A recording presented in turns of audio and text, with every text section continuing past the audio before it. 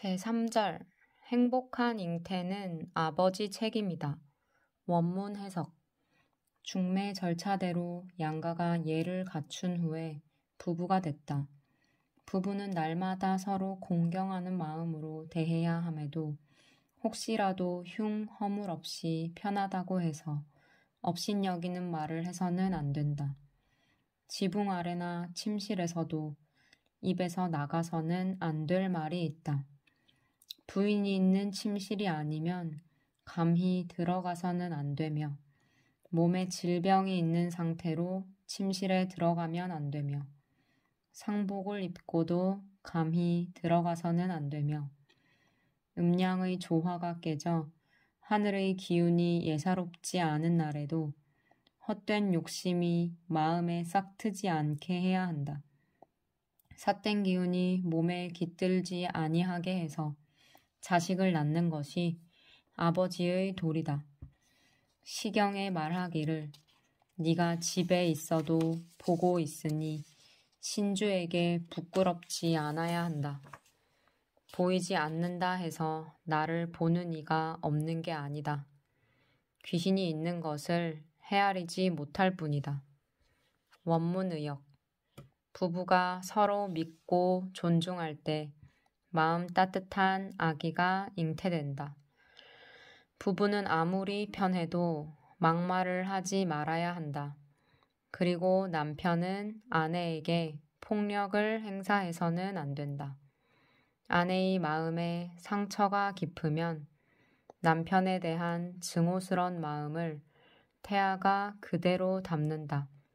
바람을 피우거나 신중하지 못한 경거망동도 적대감을 안겨주게 된다. 남편에 대한 미움이 극에 달하면 아무리 착한 엄마라 해도 태아에게 해로운 행동을 할 수 있고 태어난 아기가 아빠를 꺼리는 행위로도 나타날 수 있다. 태아는 아무런 죄가 없다. 해설 1. 아버지가 주의해야 할 점들을 조목조목 일렀다. 대부분 아내에게 심리적 영향을 주는 요인들이다. 잉태 시 부부 모두 마음이 편안하고 행복해야 마음씨 착하고 건강하고 총명한 아기가 태어난다는 신념에 근거한다. 서로 공경하고 업신여기지 말라고 훈계했다. 부부가 오랜 시간 함께 지내면 서로 편해져서 말과 행동을 함부로 하기 쉽다. 성종의 어머니 인수대비도 궁중 여인들의 교양소로 쓴 내훈에서 부부가 서로 가까워졌다고 함부로 말하면 폭력까지 발생할 수 있다며 삼가고 공경할 것을 타일렀다. 그러나 부부간의 공경은 고사하고 아예 존재 자체를 거부하는 경우도 생기지 않았을까 싶다. 얼굴 한번 못 본 채 중매로 혼인한 부부끼리 외모건 심성이건 마음에 들지 않을 수 있기 때문이다. 조선 말기를 배경으로 한 최명희의 대하소설 혼불은 곱고 아담한 남편과 산처럼 크고 무뚝뚝한 아내의 중매혼을 그렸다. 혼인 전 사모하던 어여쁜 여성이 있던 남편은 아내를 거들떠도 안 보고 오랜 세월 독수공방시킨다. 참혹한 심정이지만 아내 효원은 아들을 낳기 위해 달의 정기를 마시는 흡월정의 정성을 다하며 남편을 기다린다. 그러나 남편은 어느 날 첫사랑을 아는 직후 아내가 거처하는 방으로 분풀이하듯 뛰어들어가 아내를 강간하듯 덮쳐버린다. 아내는 치욕감에 몸서리치지만 여성에게 순종을 강요하던 시절이라 남편에게 저항 한번 못한 채 이를 악물고 참아낸다. 태교는 고사하고 원망과 미움이 컸던 그녀에게서 태어난 아기가 과연 정상적이었을까 싶다. 천재 여류 시인 허난설원도 마찬가지다. 소설 난설헌에도 묘사된 것처럼 부인에 대한 열등감에 사로잡힌 남편 김성립의 첩생활에 마음을 끓인 난설헌은 자식들을 먼저 앞세우고 자신도 27세의 꽃다운 나이에 세상을 등지고 만다. 이사주당은 아내의 침실이 아니면 들어가 거처해서도 안 된다고 충고했다. 조선시대에는 남편의 첩생활을 허용했지만 질투라는 감정에 휘말린 아내가 어떻게 태아를 온전히 잘 키울 수 있었겠는가. 질투는 최고의 스트레스다. 유대인들은 경건한 자손을 낳기 위해서 어려서부터 모든 교육에 순결 교육을 연결한다. 신과의 영적인 순결, 나라를 사랑하는 순결, 부부간에 지켜야 할 순결을 자녀에게 교육으로 전수한다. 결혼식에 참석한 유대 하객들은 첫날 밤 신부의 순결을 축하한다고 한다. 신랑도 결혼 전까지 순결을 지켜 서로가 신뢰와 사랑으로 믿음직스러운 가정을 이루니 자손이 행복한 축복 속에 태어날 수밖에 없다. 아기가 건강하고 총명함은 당연하다. 현대의학에서는 임신부가 스트레스를 받지 않도록 조심시킨다. 스트레스성 호르몬이 태반을 통과해 태아에게 악영향을 줄 수 있기 때문이다. 태아에게는 충분한 산소와 영양 공급이 필수이다. 그러나 임신부가 스트레스를 받으면 아드레날린이 자궁 근육을 수축시켜 태아에게 가야 할 혈액량이 저하된다.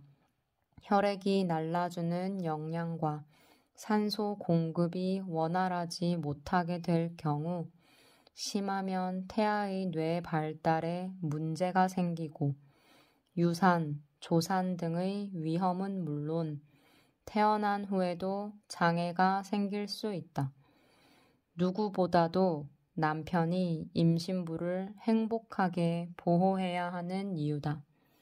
원문, 태교 지도, 기책 전제 어부, 부고 제 부모, 청제 메시, 명제 사자, 육 예비 이후, 위 부부 일이 공경 상첩, 무혹 이설 앞상가, 옥우 지하, 상석 지상, 유유 미출구 지언언, 첩이 내침 불감 입처, 신유 질병 부감 입침, 신유 마포 불감 입침, 음양 부조, 천기 실상 부감 연식, 사허 욕불 맹우심, 사기 불설 우체, 이생 기자자, 부지도야, 시왈, 상제 미실, 상부 귀우 옹루, 무일 불현, 모자 운관,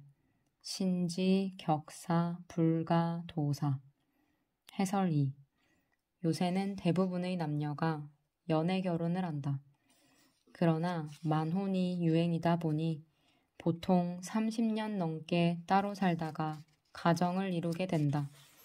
오랜 세월 몸에 밴 생각과 습관 때문에 서로 양보를 하려 들지 않는다. 불화가 걱정된다. 만혼의 부부들은 무엇보다 아기의 건강과 행복을 염두에 둬야 한다. 싸움이 잦은 부부 사이에서 태어나는 아기는 건강하고 행복할 리 없다. 태어난 후에도 싸우는 광경을 접하게 되면 자신이 보고 듣고 배운 대로 대물림해서 배우자와 싸우게 된다. 양보와 이해, 그리고 존중하는 법을 배우고 결혼해야 하는 이유다. 아버지 학교를 참관한 경험이 있다. 어렸을 때 어머니를 구타하는 아버지를 증오하면서 자신은 결코 아버지처럼 살지 않겠다고 다짐했던 한 남성. 그러나 어느새 자신도 아내를 때리고 있더라는 고백을 했다. 남성 중심의 조선시대는 아니지만 대대로 보고 배운 것이 대물림돼 가정에서 아버지의 권위와 폭력이 대를 잇고 있음을 보여주는 예다. 대물림 끊어내기, 마음의 상처 치유하기. 혼인 전 예비 부부 학교가 있어서 부부의 자세, 부모의 자세를 배우고 혹 마음의 상처가 있는 사람들은 미리 치유를 통해 건강성을 회복한 후 혼인할 수 있도록 하는 제도 마련이 시급하다. 예비 부부들은 우선 생을 돌아보며 자신을 제대로 알아야 한다. 짧은 인생에라도 혹 어떤 아픔이 있었다면 서로 고백을 통해 상처를 따뜻하게 보듬고 이해해주는 진실한 자세가 필요하다. 남녀의 차이에 대한 인식도 중요하다. 화성에서 온 남자, 금성에서 온 여자라는 책 제목처럼 남녀는 뇌 구조부터 차이가 있다. 상대의 입장에 서보는 것이 가장 기본이다. 남편과 아내의 역할에 대해서도 대화를 통해 알아가는 자세가 필요하다. 부모가 되면 태교 시절을 잊지 않기를 바란다. 애지중지하던 태아. 그런데 어느새 서너 살이 돼버린 아이 앞에서는 무서운 부모로 돌변해버리는 경우가 많다. 어린 자녀와 대화를 할 때는 마음 높이와 눈 높이를 맞추려는 노력이 반드시 필요하다. 부모가 4살 아이의 행동을 이해 못하듯 4살 아이는 30살이 넘은 엄마 아빠의 행동을 이해하지 못한다. 그런데 아이는 이해 못해도 가만히 있지만 부모는 화를 내면서 아이를 가르치려 든다. 급기야 야단치고 때리기까지 한다. 아이가 생각하고 볼 수 있는 세상은 고작 4년이 전부인데 어른의 행동을 강요하니 아이가 이해할 수 없는 것이다. 계단을 밟아 올라가듯 한 단계 배워 나가면서 나아지는 게 부모 자식 사이다. 부디 아이의 마음에 상처가 쌓이지 않도록 성숙했으면 좋겠다. 혹 상처를 줬으면 훗날에라도 사과해 상처를 아물게 해줘야 한다.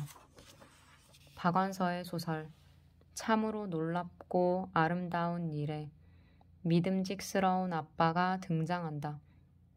아빠는 엄마의 뱃속에 생긴 아기를 위해 자신이 할 수 있는 일이 무엇인지를 고심한다. 처음 아빠가 될 아빠는 어디에서도 아빠의 도리를 배우지 않았다. 그래서 아빠는 주위의 선배나 친구들을 찾아가 물었다. 돌아온 답변은 믿음직스러운 아빠가 되라는 뜬구름 같은 말이었다.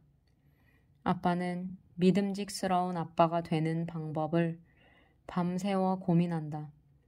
고민 끝에 아기가 태어날 세상을 믿음직스러운 곳으로 만들어 주기로 한다.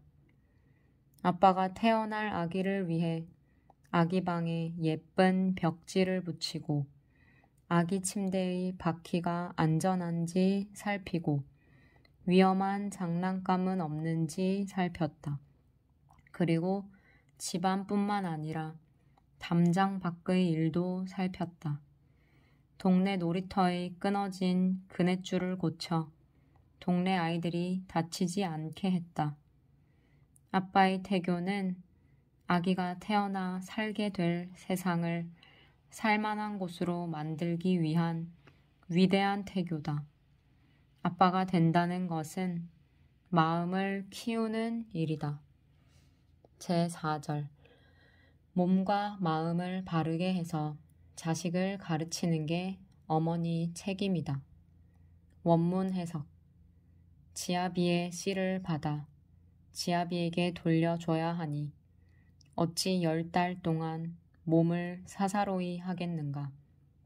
얘가 아니면 보지 말고 얘가 아니면 듣지 말고 얘가 아니면 말하지 말고 얘가 아니면 움직이지 말고 얘가 아니면 생각하지 마라. 마음과 지혜와 온몸을 모두 순리대로 바르게 해서 그 자식을 가르치는 것이 어머니의 도리다. 열려전에 이르기를 부인이 임신하면 잘 때도 기울지 않아야 하고 앉아 있을 때도 한편으로 쏠리지 말아야 하며 한쪽 발로 서지 말고 삿된 맛을 먹지 말며 바르지 않게 베인 것은 먹지 말며 바르지 않은 자리에 앉지 말며 눈으로 삿된 색을 보지 말고 귀로 음란한 소리를 듣지 말며 밤이 되면 눈 못 보는 악사로 하여금 시를 낭송하게 하고 바른 일을 이야기하게 해서 아들을 낳아야 용모가 단정하고 재주가 보통 사람을 넘는다. 원문의역 임신부는 나쁜 생각과 행동을 일절 말며 위태로운 자세도 취하지 말아야 한다. 그런 다음 시 낭송을 듣고 바른 도리를 들으면 단정하고 재주가 보통 사람을 넘는 자식을 낳는다. 임신부가 하는 모든 생각과 행동을 태아가 몽땅 기억에 저장하고 배워나간다. 따라서 아기의 생애 최초 기억에 선을 남길지 악을 남길지는 어머니의 처신에 달려있다. 어머니가 매사 삼가면서 아름다운 시 낭송과 바른 소리를 듣고 감화하면 태아는 이에 감응해 태어났을 때 용모가 빼어나고 재주가 뛰어나다. 해설 1. 주나라 문왕의 어머니 태임이 실천한 태교가 열려전에 소개되었다. 어질고 총명한 군주로 추앙받는 문왕을 낳은 태교법이다. 조선의 여성들에게 태임은 본받고 싶은 여성이었으며 양반가에서는 태임이 실천한 태교를 따르고자 했다. 태교하면 빼놓을 수 없는 신사임당 역시 태임의 태교를 본받았다. 사임당이라는 호는 태임을 스승으로 삼는다는 뜻이니 태임처럼 정성껏 태교를 했음을 짐작할 수 있다. 그러나 태임의 태교법은 간단한 감이 없지 않다. 앉아있을 때 바르게 앉아야 하며 한 발로 서 있지 말며 바르게 잘라지지 않은 음식은 먹지 말며 시를 낭송하게 하고 바른 일을 이야기하게 해서 10달 동안의 지침이라고 하기에는 부족함이 있어 보인다. 그러나 곱씹어보면 매사를 조심해서 행동할 것과 시와 음악과 좋은 글귀를 들을 것을 당부하고 있으니 이보다 더 나은 태교법이 있을까 싶기도 하다. 어찌됐든 이사주당은 태임의 태교법을 비롯해 전해오는 태교법이 구체적이지 않아 자신이 직접 태교책을 썼다고 밝혔다. 즉, 얘기 소의와 내칙편에 빠진 것을 갖춰 태교 신기라 칭한다고 했다. 이사주당은 중국과 조선의 의학서와 경서를 연구하고 4명의 자식을 통해 자신이 직접 경험한 실증적 내용을 종합해서 최고의 태교 신기를 완성했다. 문, 이과, 융합 학문의 최고봉이라 할 수 있다. 태교 신기가 쓰이기 전 이처럼 구체적이지 못한 태교 방법만으로도 성공적 리더나 대학자를 낳았으니 태교는 어머니의 평소 생활 자세와 인품에 기인하는 바가 크다고 하겠다. 우선 문왕의 어머니 태임의 면모를 보자. 태임은 평소 성품이 단정하고 정성스러웠으며 덕행을 행했던 것으로 알려졌다. 또 늘 책을 곁에 두고 스스로 연마했던 여성으로 전해오고 있다. 평소에 인격 수양에 정성을 기울였음을 알 수 있다. 이는 천재 아들 유희를 둔 이사주당도 다르지 않다. 이사주당 역시 어려서부터 책 읽기를 좋아했고 혼인에서도 책 읽기를 게을리하지 않았다. 이사주당이라는 당호는 성리학을 집대성한 주희를 스승으로 삼는다는 뜻이니 그녀의 학문 세계가 어떠했는지를 바로 보여준다. 더욱이 이사주당은 경서를 읽은 대로 실천해 부모에게 효성스러웠으며 자신의 일에 엄격했던 여성이어서 생전에 여군자로 불렸을 정도로 모범적이었다. 율곡의 어머니 신사임당 역시 시서화에 능했고 특히 화가 신씨로 통했으리 많지 그림에 뛰어난 실력을 보였다.